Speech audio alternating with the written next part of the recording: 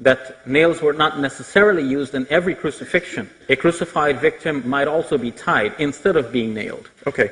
Hengel does mention one account in antiquity where binding, tying to the cross is used, but only that it was used and as a practice in Egypt. So we really just don't have any historical kind of evidence whatsoever to show that binding was used by the Romans. Everything seems to point to nails, and so we have no reason to question that nails were used when it came to Jesus' crucifixion. And in fact, this is the uniform testimony. Actually, we do. I have a book here by John Rousseau and Rami Arav, a book entitled Jesus and His World, a cultural and an archaeological and cultural dictionary. And here it is asserted that, in fact, in crucifixions it were possible to also use binding instead of nailing. So nailing was not in every I'm sorry, what references do they use in antiquity for that rather than just making a statement? Well, you can read the book yourself. Well, no, this is this is an academic debate, not a lunchroom discussion. And yes. you can't just say, well, this author says this. You have to provide reasons for yes. it. And I'm providing reasons. I'm citing you sources. Now, if you like, I'd be happy to change. I'll give you his references. In his bibliography, he has named here a long list. And rather than delay everyone with that, I'll show you the list. And if you would like, you can make a copy, and I can...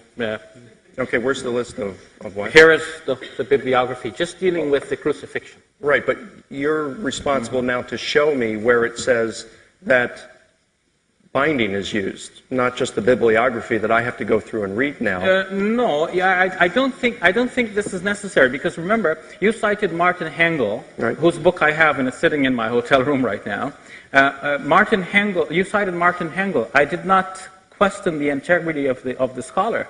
Martin Hengel is a known scholar. I respect him, and if he says that his sources lead him to this conclusion, I have no doubt in that. Here we have a couple of respectable scholars producing a respectable book with a long list just dealing with the few pages in which they have dealt with the crucifixion. So pages 74, 75, 76, 77, and a part of 78 deals with the crucifixion. Mm-hmm. And then his list of books almost fills the rest of that page. So I do not question the integrity of these scholars, and you cannot say that in the midst of a debate here, we should question the scholar who got the information from the other scholars. That would be, I think, a sticky point. Okay, well, at least I got Josephus, I've got Tacitus. Who can you provide as a counterexample where binding was used by the Romans? What I'm providing is a book that has been written by a couple of reputable scholars. They're not Muslim scholars. John Rousseau, Rami Arav.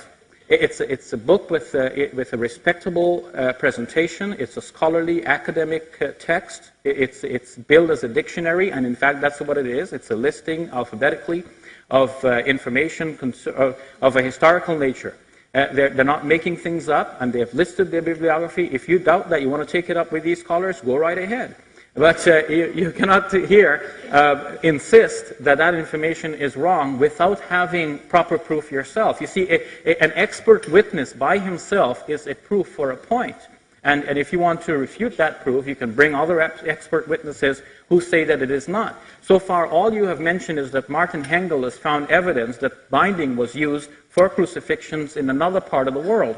But you're arguing from silence, because you have not a proof from Martin Hengel that binding was not used among the Romans. And here these scholars have offered information to show that binding was used. I don't think we have any reason to doubt the integrity of these scholars. Now, if I had said it from myself, then you can challenge me, okay, Shabir, bring me your proof. I brought you the proof here. Then you ask me for the proof for the proof. What you have shown me is a single book, and you haven't given me a statement out of it which shows that the Romans used binding. Hengel in his book does provide 13 sources where the Romans used nails. Yes. And like I said, we can add Josephus to that. We can probably add Tacitus to it, because he says that Christians were affixed to crosses, the Latin term affixed, and then they were set ablaze on fire, and they wouldn't use binding or else the ropes would burn. So nails make more sense there.